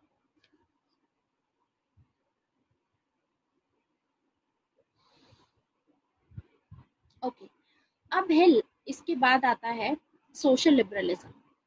पहले सोशल लिबरलिज्म आता है। अब सोशल लिबरलिज्म जो है ये मॉडर्न लिबरलिज्म के काफी क्लोज है, यानी पॉजिटिव लिबरलिज्म के काफी क्लोज है, लेकिन इसमें भी थोड़ा डिफरेंस है। तो हमने देखा कि सबसे पहले लिबरलिज्म में क्या हुआ कि नेगेटिव लिबर्टी का कॉन्सेप्ट था, क्लासिकल लिबरलिज्म था। इसमें प्रॉब्लम हुई तो आया पॉजिटिव लिबरलिज्म, जिसमें पॉजिटिव लिबर्टी का कॉन्सेप्ट आया कि स्टेट को प्रेजेंट होना चाहिए। पहले था स्टेट को प्रेजेंट नहीं होना चाहिए, फिर था स्टेट को प्रेजेंट होना चाहिए, उसके बाद फिर इसमें कोई कमी आई तो आया कि स्टेट को प्रेजेंट नहीं होना चाहिए, दोबारा से ये चीज आई। अब यहाँ पे दोबारा से फिर से आएगा कि स्टेट को प्रेजेंट होना चाहिए, और ये मीनिंग है सोशल लिबरलिज्म का। लेकिन ये चीज इससे काफी क्लोज है, ये चीज इससे काफी क्लोज है। क्लासिकल लिबरलिज्म और न्यू लिबरलिज्म में मैंने आपको बताया सिमिलैरिटीज है, ऐसे ही positive liberalism and social liberalism में भी सिमिलैरिटीज है, डिफरेंसेस होंगे। तो social liberalism is a revival of positive liberalism, ठीक है, बट जो अप्रोच होती है सोशल लिबरल्स की वो मॉडर्न लिबरल से बहुत अलग होती है। जैसे कि जॉन रॉल्स हो गए, अमर्त्य सेन हो गए, जोसेफ स्टिग्लिट्ज हो गए, ये सभी सोशल लिबरलिज्म के को प्रमोट करते हैं। तो सोशल लिबरल मानते हैं वेलफेयर स्टेट में, लेकिन इनकी जो वेलफेयर स्टेट की अप्रोच होती है वो डिफरेंट होती है। मतलब स्टेट को प्रेजेंट होना चाहिए सॉरी स्टेट को प्रेजेंट होना चाहिए, लेकिन स्टेट कौन सी जगह पे प्रेजेंट होगा, स्टेट कहाँ पर किस हिसाब से अपना रोल फंक्शन अपना परफॉर्म करेगा, उसमें डिफरेंस होगा। पहले क्या हो रहा था, स्टेट क्रेडल से लेकर के ग्रेव तक हर पहलू पे हेल्प कर रहा था। मतलब जब बच्चा पैदा होता है वहां पर भी कोई स्कीम थी, जब तक कोई मर नहीं जाता पेंशन तक लेकर के सारी स्कीम्स प्रेजेंट थी वहां पर, है ना। लेकिन यहाँ पर ऐसा नहीं होगा, यहाँ पे प्राइवेट सेक्टर भी रहेगा, लेकिन साथ में स्टेट यानी पब्लिक सेक्टर भी रहेगा। ये चाहते हैं कि स्टेट रोल प्ले करे, लेकिन स्टेट लिमिटेड रोल प्ले करे। यहाँ पर ये वर्ड कीवर्ड इंपॉर्टेंट है, लिमिटेड रोल। स्टेट का जो रोल रहेगा वो लिमिटेड रहेगा। अब अमर्त्य सेन है, ये बोलते हैं कि स्टेट को पब्लिक सेक्टर यूनिट स्टार्ट नहीं करने चाहिए। जैसे कि मॉडर्न लिबरल में हमने देखा था कि पब्लिक सेक्टर यूनिट स्टार्ट हुए थे जो कि फेल करना शुरू कर चुके थे। रादर सोशल लिबरल्स हैं जो ये मानते हैं कि पब्लिक प्राइवेट पार्टनरशिप होनी चाहिए। ऐसा नहीं है कि सब चीजें प्राइवेट पे छोड़ दो। हमने देखा अभी कि सब चीजें प्राइवेट यानी मार्केट पे छोड़ोगे तो क्या होगा, प्रॉब्लम्स इमर्ज होंगी। एंड सब चीजें स्टेट पे छोड़ोगे तब भी हमने देखा कि क्या प्रॉब्लम होगी। इसीलिए सोशल लिबरलिज्म का जो कॉन्सेप्ट आया वो बोलते हैं पब्लिक और प्राइवेट दोनों को साथ में काम करना पड़ेगा, जिसमें स्टेट का रोल लिमिटेड रहेगा। प्राइवेट सेक्टर कंट्री की इकोनॉमिक ग्रोथ पे काम कर सकता है, एम्प्लॉयमेंट जनरेट कर सकता है। स्टेट क्या करेगा, स्टेट सिर्फ कैपेसिटी बिल्डिंग में इन्वेस्ट करेगा कि कैसे कैपेसिटी बिल्डिंग की जा सकती है। जैसे मान लो आज के टाइम पे इंडिया में अभी प्राइवेट सेक्टर प्रेजेंट है, तो स्टेट ने ये जो स्किल इंडिया मिशन चलाया अपना, स्किल इंडिया मिशन का आपको पता है कि लोगों को अब स्किल्स प्रोवाइड किए जाते हैं। तो आपने क्या किया, स्किल कैपेसिटी बिल्डिंग का टास्क शुरू किया आपने। लोगों के पास में स्किल आएगा तो यही इसी स्किल को लेकर के लोग इंडस्ट्रीज में जाएंगे और वहां पर अल्टीमेटली जॉब उनको मिल जाएगी and they will be earning, employment मिलेगी उनको। तो यानी this is public private partnership. तो यानी ये बोल रहे हैं कि देखो स्टेट का जो रोल है वो होना चाहिए लेकिन मिनिमल होना चाहिए। मतलब स्टेट कैपेसिटी बिल्डिंग में काम कर सकता है, स्टेट फंडामेंटल राइट सेट कर सकता है कि कोर आइडिया क्या है, लेकिन बाकी इकोनॉमिक से रिलेटेड, ग्रोथ से रिलेटेड, एम्प्लॉयमेंट से रिलेटेड चीजें स्टेट को अपने हाथ में नहीं रखनी चाहिए। ये चीजें प्राइवेट सेक्टर को देनी चाहिए। यानी ग्रोथ की जब भी बात आती है तो रिस्पॉन्सिबिलिटी किस पे आएगी, प्राइवेट सेक्टर पे। और जब भी फैसिलिटेटिंग की बात आएगी, सिविल सोसाइटी को एम्पावर करने की बात आएगी, ट्रांसपेरेंसी की बात आएगी, अकाउंटेबिलिटी की बात आएगी, तो स्टेट का रोल होगा। तो ये आइडिया है इनका, इन स्कॉलर्स का सोशल लिबरलिज्म में।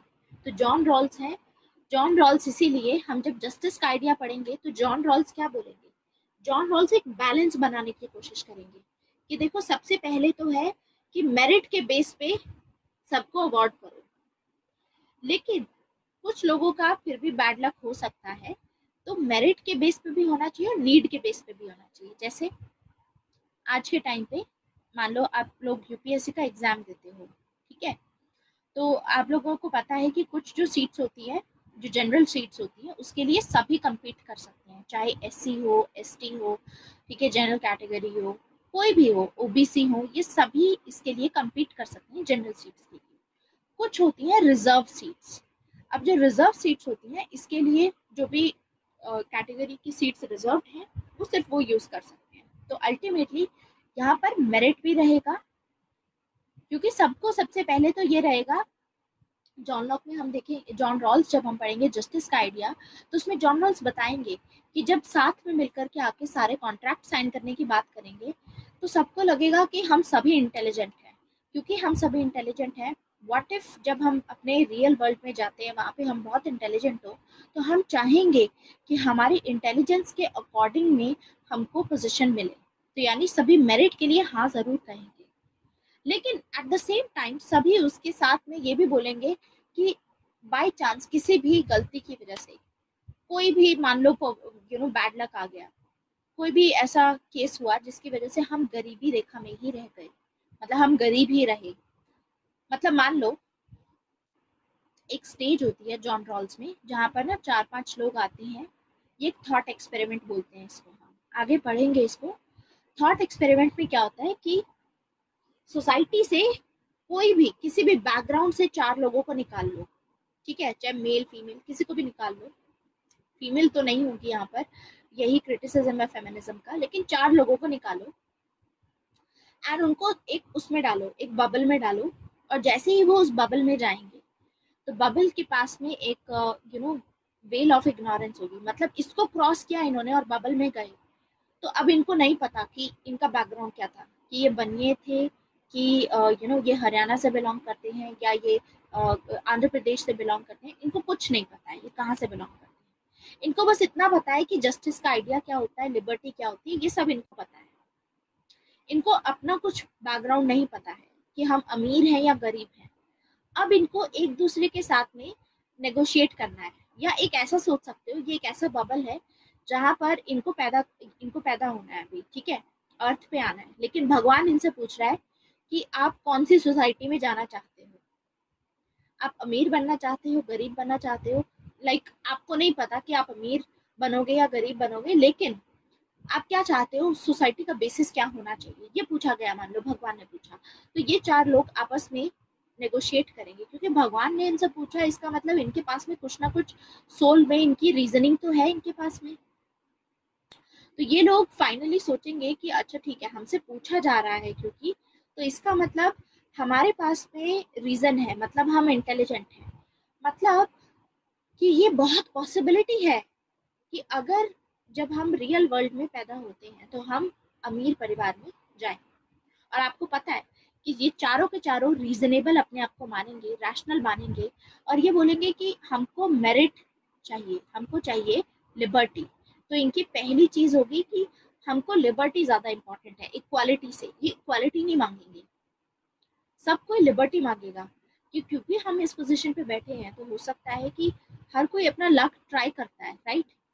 तो आप हमेशा उस हिसाब से अपने डिसीजंस ले सकते हो कि अरे अगर ये काम कर गया तो this will help me a lot, या मेरी किस्मत चमक जाएगी टाइप्स, तो आप हमेशा वैसा डिसीजन लेते हो।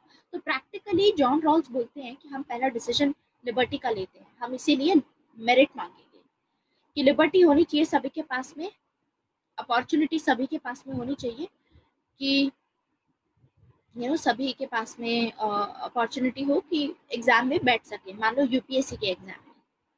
अब दूसरी चीज है कि बाय चांस अगर हम उसमें नहीं निकले और हम गरीब हैं, देखो पहली बात इन्होंने मांगी लिबर्टी, दूसरी चीज बोली कि बाय चांस हम अमीर नहीं हैं तो हम गरीब हैं, अगर हम गरीब हैं तो हमारे पास में अपॉर्चुनिटी दो, तो ये मांगेंगे equality of opportunity.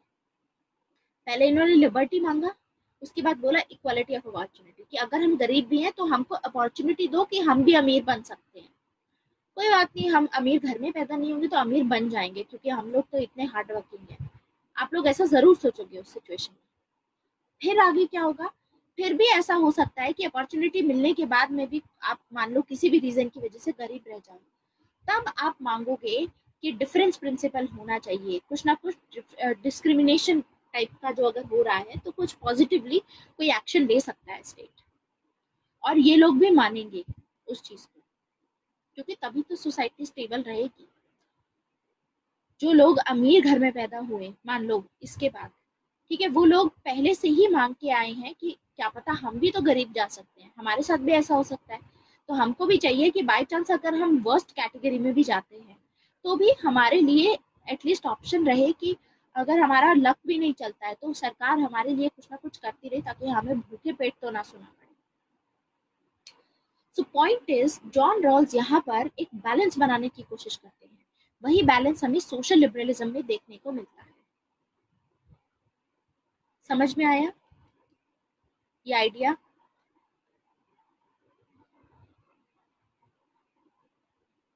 Yes, you are right Shifa. जो मॉडर्न लिबरल्स होते हैं वो चाहते हैं कि स्टेट हर चीज में इंटरफेयर करे, स्टेट ही ख्याल रखेगा अब उनका। लेकिन सोशल लिबरलिज्म वाले बोलते हैं कि सिर्फ कैपेसिटी बिल्डिंग आप कर सकते हो, सारी चीजों में नहीं।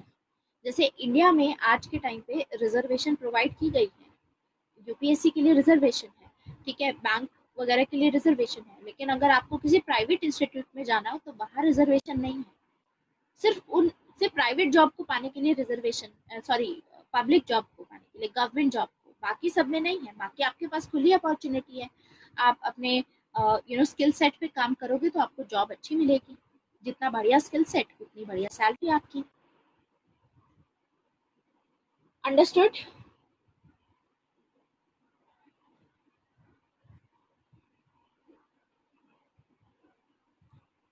आप लोगों की दूसरी क्लास 1:30 है कि 3 बजे है? I'm not sure of it.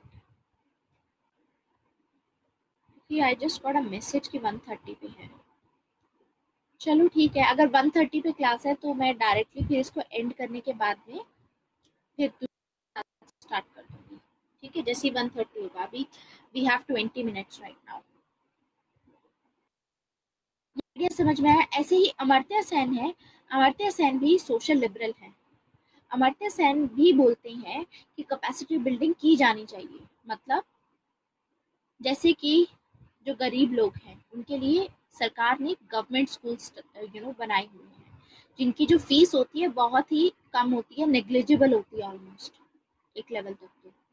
तो फीस बहुत कम रहती है, गवर्नमेंट स्कूल्स हैं, तो ये एक टाइप की कैपेसिटी बिल्डिंग हो गई जहाँ पर आपको एजुकेशन प्रोवाइड की जा रही है, क्योंकि प्राइवेट स्कूल में तो फीस हाई रहेगी।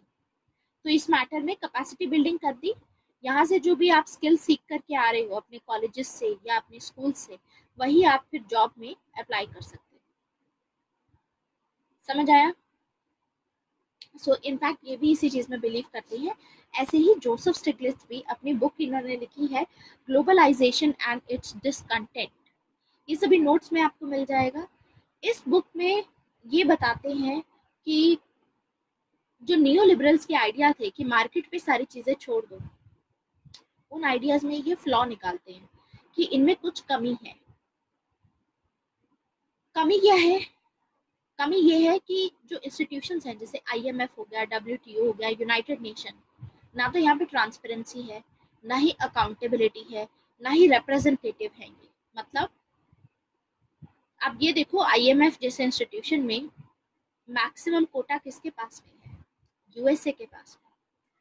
बाकी जो कंट्रीज है, लीस्ट डेवलप्ड कंट्रीज या डेवलपिंग कंट्रीज के पास में बहुत माइन्यूट परसेंटेज में कोटा है। यानी अगर इनको किसी इशू पे वोट करना हो तो इनके वोट की वैल्यू बहुत कम है, तो रिप्रेजेंटेटिवनेस नहीं है। मतलब या तो ऐसा हो कि एक कंट्री एक वोट, ऐसा नहीं है। इकोनॉमी पे बेस्ड है कि जितनी आपकी बड़ी इकोनॉमी उसके हिसाब से आपका जितना कंट्रीब्यूट कर रहे हो उस हिसाब से आपका इसमें कोटा रहेगा आपका। इस हिसाब से यूएसए का 17% समथिंग है। और आईएमएफ में अगर कोई डिसीजन अगर आपको लेना होता है तो आपको 85% से ज़्यादा चाहिए वोटिंग। और 85% का क्या मतलब है कि 17% तो आपको यूएस से ही मिलेगा। यानी यूएस अगर चाहेगा तो चीज़ें होंगी, यूएस नहीं चाहेगा तो नहीं होंगी। तो अल्टीमेटली मार्केट पे जो चीज़ें फॉलो कर रखी हैं आपने, ये फ्लॉ है इसमें।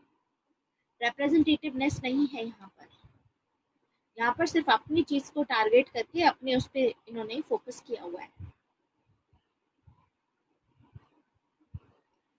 इसीलिए जो पहले हमने देखा था, वॉशिंगटन कंसेंसस दिया था इन्होंने, न्यू लिबरल ने दिया था वॉशिंगटन कंसेंसस कि ये चीजें करनी चाहिए। जोसेफ स्टिग्लिट्ज देते हैं पोस्ट वॉशिंगटन कंसेंसस, मतलब इसके बाद की चीजें कि इंक्लूसिव ग्रोथ होनी चाहिए, डिस्ट्रीब्यूटिव जस्टिस होना चाहिए, इक्वली मतलब जो रिसोर्सेज हैं इस तरीके से डिस्ट्रीब्यूट होने चाहिए। ठीक है, so that is the idea of social liberalism. अब आता है लिबर्टेरियनिज्म। अब लिबर्टेरियनिज्म को हम कंटेम्प्रेरी आज के टाइम का लिबरलिज्म भी बोलते हैं। इसमें लिबर्टी की वैल्यू को फोकस किया जाता है, जैसे कि जॉन स्टुअर्ट मिल हो गए और रॉबर्ट नॉजिक हो गए, ये आज की बात करते हैं। जैसे ये वुमेन के राइट्स के लेकर के बात करेंगे, होमोसेक्सुअल मैरिजेस को लेकर के बात करेंगे। तो पॉइंट ये आता है कि लिबर्टेरियनिज्म और न्यू लिबरल्स में क्या डिफरेंस है। न्यू लिबरल्स कैसे प्रोजेक्ट करते हैं, मार्केट के ऊपर फॉलो करते हैं न्यू लिबरलिज्म।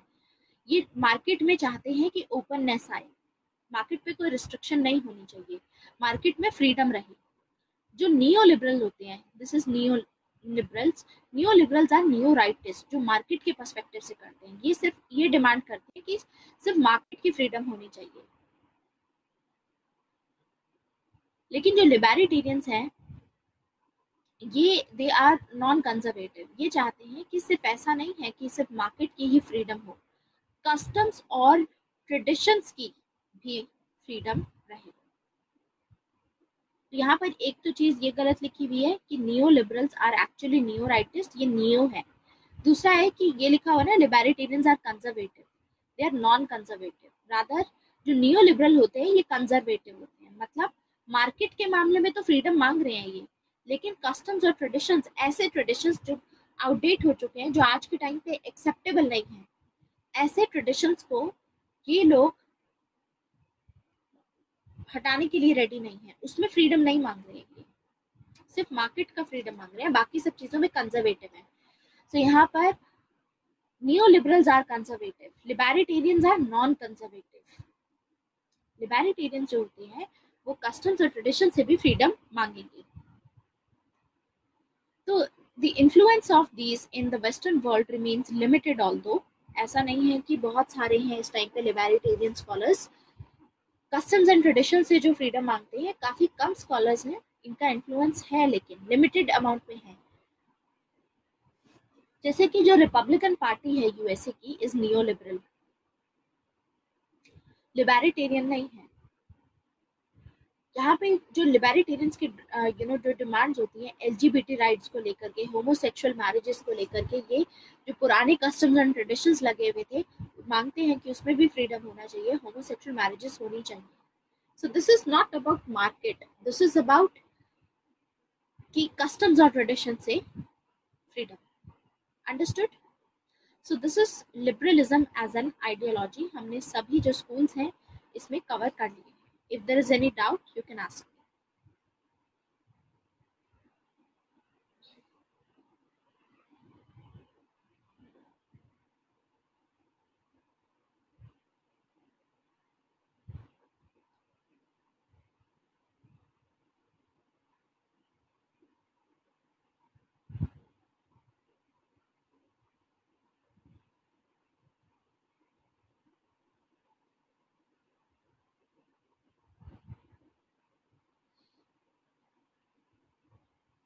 ठीक है, अब नेक्स्ट लिबरलिज्म में हमने सभी देख लिए। तो liberalism is a Meta ideology.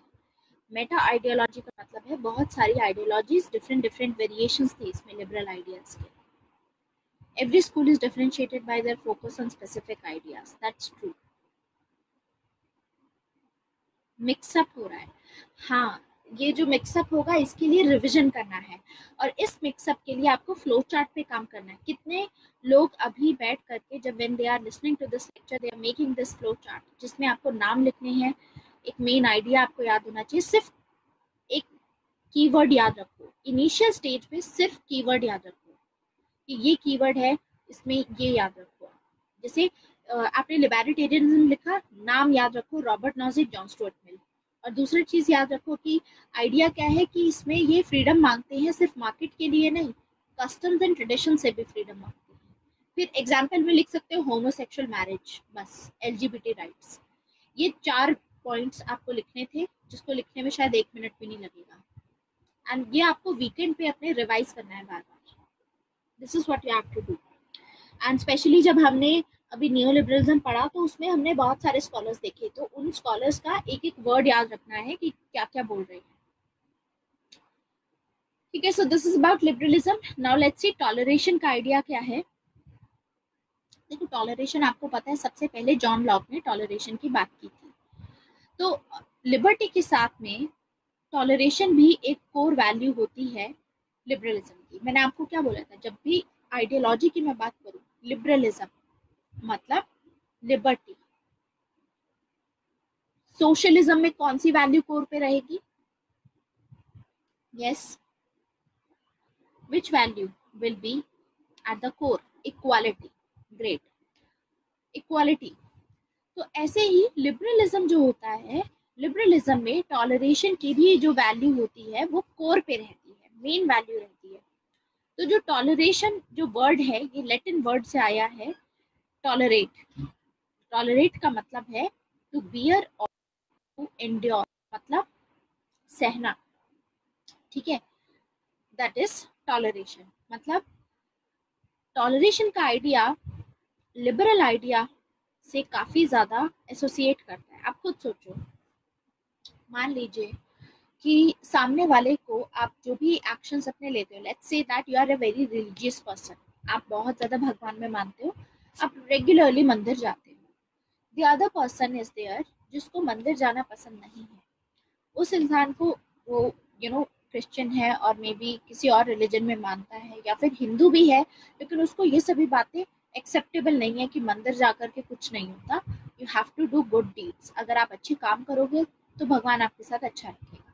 अब वैल्यूज अलग हैं, लेकिन जो लोग जा रहे हैं मंदिर ऑन अ डेली बेसिस, आप मान लो जा रहे हो मंदिर, तो सामने वाला बंदे को नहीं पसंद है मंदिर जाना, लेकिन उसके बावजूद जो वो हेट करता है कि अगर कोई मंदिर जाता है, लेकिन फिर भी वो एक्सेप्ट करेगा कि ठीक है आप मंदिर जा रहे हो, ये आपकी अपनी चॉइस के हिसाब से है, तो दैट इज टॉलरेशन।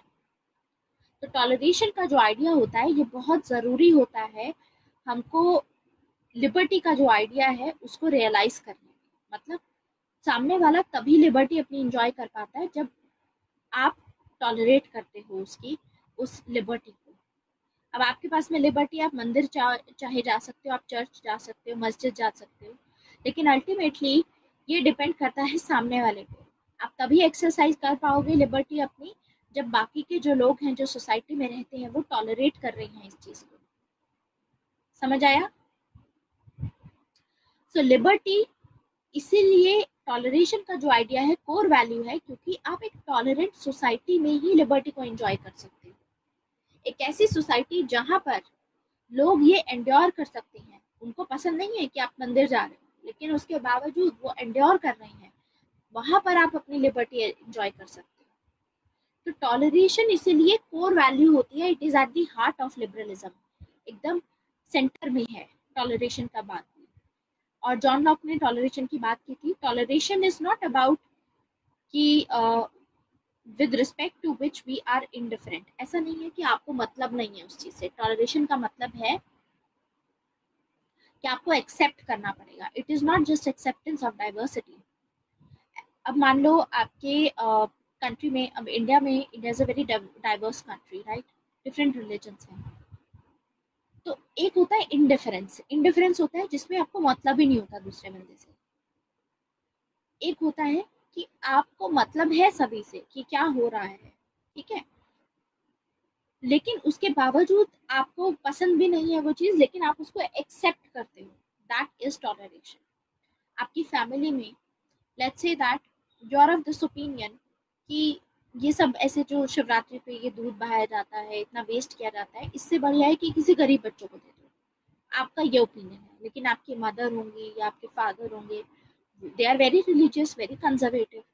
तो इवन दो आपको ये पता है कि यू हेट दिस थिंग, लेकिन फिर भी आप एक्सेप्ट करते हो जब आपके पेरेंट्स जाते हैं और ऐसा कुछ करते हैं, ठीक है, तो आप एक्सेप्ट करते हो कि ठीक है उनकी जो सोच है उनमें डिफरेंस है और हमारी सोच में डिफरेंस है, दैट इज टॉलरेशन। तो टॉलरेशन एक टाइप का पर्सनल वर्च्यू होता है, अपनी खुद की जो आपकी एक्सेलेंस होती है, सोचने का जो तरीका होता है, that's a personal virtue. Social work भी होता है एक टाइप का, जिसमें आप सोसाइटी में जो एलिमेंट्स हैं, जो चीज़ें आपको नहीं पसंद है, लेकिन उसके बावजूद आप उनको एक्सेप्ट कर रहे हो। At the same time it's a political virtue. ये पॉलिटिक्स में भी इस तरीके से काम आता है कि लोग अपने हिसाब से अपने चूज कर सकते हैं। तो यानी टॉलरेशन की जो वैल्यू है ये प्री कंडीशन है, it's a pre requisite of liberty. मतलब लिबर्टी आप तब तक इंजॉय नहीं कर पाओगे जब तक उस सोसाइटी में लोग टॉलरेंट नहीं है। टॉलरेंट होना बहुत जरूरी है। सो ऐसे ही एक स्कॉलर थे, इनका कहना है I detest what you say but will defend till death your right to say. मतलब मान लो आपके और मेरे ओपिनियन में डिफरेंस है, ठीक है, मेरा अपना ओपिनियन है, आपका अपना ओपिनियन है, मैं आपके ओपिनियन से अग्री नहीं करती हूँ, तो आई डिटेस्ट, मैं डिसअग्री कर रही हूँ, जो आप बोल रहे हो मैं नहीं मानती वो चीज़, लेकिन एट द सेम टाइम मैं इस बात को हमेशा डिफेंड करूंगी कि आपको भी अपनी आवाज़ रखने का, अपना पॉइंट रखने का पूरा हक है। तो दैट इज अ टॉलरेशन कि मुझे नहीं पसंद है आपके आइडियाज, उसके बावजूद मैं आपको डिफेंड करूंगी इस मामले में। अगर कोई तीसरा आपको चुप कराने की कोशिश करेगा तो आई से कि लेट हिम स्पीक और let her speak, because even they have the right to speak. So this is the idea of toleration in liberalism. तो यानी ये भी एक कोर वैल्यू की तरह काम करता है लिबरलिज्म में। जैसे लिबर्टी पे इतना बात की हमने, वैसे ही टॉलरेशन की भी एक आइडिया होता है लिबरलिज्म। तो बहुत सारे स्कॉलर्स हैं इसमें, जैसे जॉन लॉक हो गए। जॉन लॉक का आपको याद है टॉलरेशन? जॉन लॉक ने क्या बोला था कि कंसाइंस के मैटर में जब भी रिलीजन की बात आती है, no one will listen to magistrate.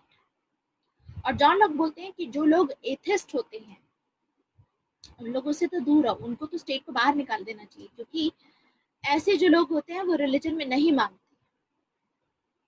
This is about toleration. फिर है John Stuart Mill. John Stuart Mill का याद है, freedom of speech and expression पढ़ा था हमने। Freedom of speech and expression में बोला था कि अगर 50 लोगों में से 49 जो लोग हैं, मान लो एक ही आइडिया को मान रहे हैं, उसमें एक इंसान है जो उल्टा बोल रहा है, तो उसको भी चांस देना चाहिए बोलने का। दैट इज टॉलरेशन होनी चाहिए। हो सकता है वो बात सही बोल रहा हो, तो even a mad person should be allowed to speak.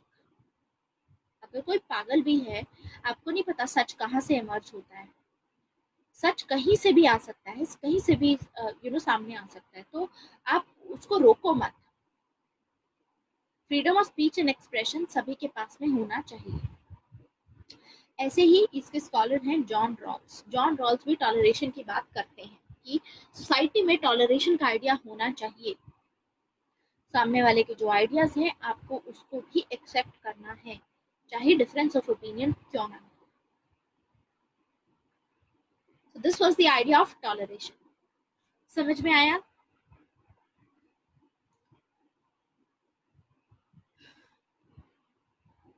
Any doubt? ठीक है, तो अभी हमारे दो आइडियोलॉजीज पूरी की पूरी खत्म हो चुकी हैं। एक पहला हमने कवर किया आइडियलिज्म, दूसरी है लिबरलिज्म। अब जो टॉपिक्स मैं कराने वाली हूँ आपको नेक्स्ट क्लास में, ये टॉपिक्स सबसे पहले मल्टीकल्चरलिज्म करेंगे, उसके बाद हम करेंगे वैल्यू प्लूरलिज्म, फिर सोशलिज्म स्टार्ट करेंगे नेक्स्ट क्लास में।